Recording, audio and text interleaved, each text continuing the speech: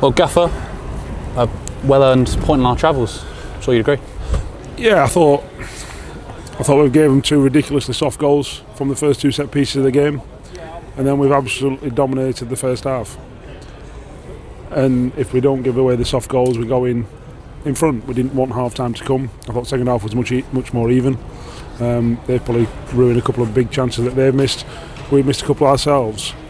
But obviously when you come to the top of the table and you end up 2-0 down after 10 minutes or whatever it was, and you come over with something, then you've got to be a little bit pleased. But I thought we were, like I say, I thought we were much the better team. I thought we dominated the game for large parts against a decent team. Swindon are a good team, and I think probably in the end, a draw is a fair result. But if we don't give away the stupid goals early on, then we end up winning that game. And like you say, in that opening 20 minutes, it did look almost like it could be a tipping point in terms of a negative result for us. But then the way we managed to, knuckle down and our 2 key players getting goals. See, I disagree. I don't think there was anything in the first 20 minutes. I thought we were a better team in the first 20 minutes. They had 2 set pieces and scored 2 goals.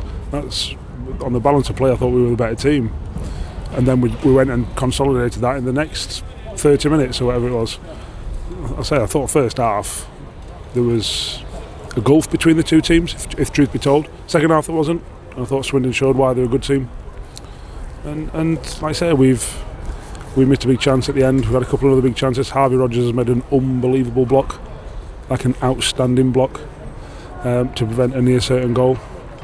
And they've missed a couple of big chances themselves. So probably all in, the draw's a fair result. But like I said, to be 2-0 down and get something is probably, I think I'd much rather be in our dressing room than theirs. And games like today, I think you're going to need your senior members, Harvey Rogers being one of them, but also Kieran Green and Danny Rose both getting, with their goals, vital. It's not just about 1 or 2 or 3 individuals; it's about them all. I thought Darragh Burns was outstanding today. He's like his best performance for a long time. He's had a few shots in the first half. I think Conor Ripley's got away with one where he's palmed it past the post and it could have squirmed in. And he's looked really threatening in the second half. Greeny and Rosie have got the goals, brilliant. Harvey, unbelievable block. I thought 2 man were good today, but then we've been good for a number of weeks without winning games of football. With lots of the stats are saying we're a good team. So, as I keep saying, I'm not worried or anything like that. Top of the table, they've only won 1 in 5. That's the kind of league it is this year.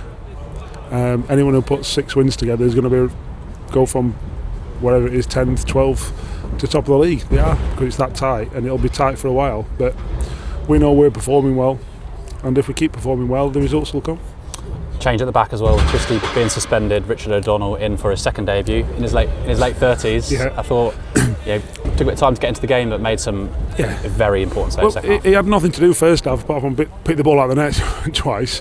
And then second half, I thought he pulled off a couple of really good saves, and he showed why he's in the game at 37 and why we brought him in. I thought he was very good, and he helped get us a point.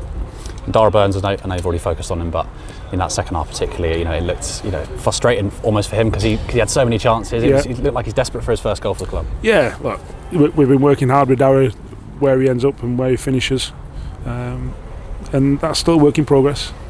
But I was really pleased with how much closer he was to the goal today, and if he keeps doing that and keeps improving in that sense, then he will score goals.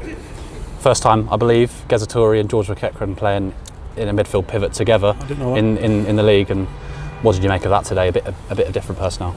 Yeah, look, Geez is in a good place at the minute. We only brought him off because it's been a long week for him. He's been obviously travelling around Europe, and he missed a couple of tackles towards the end of his game, if you like, and we thought, with it being a long week, we should probably bring him off the pitch. Thought George tied a little bit as well, but they're good players. We want good players in the team, and I think it added to our performance. Geese is a good player, George is a good player. Next week it might be Evan, Jamie Walker, who were both on the bench today. We've got good players. We work hard to improve them, and when they go on the pitch, they're expected to play well, and they've both done that today. And lastly, 600 fans in the driving rain, and they're going to go home pleased, and I'd imagine not too frustrated.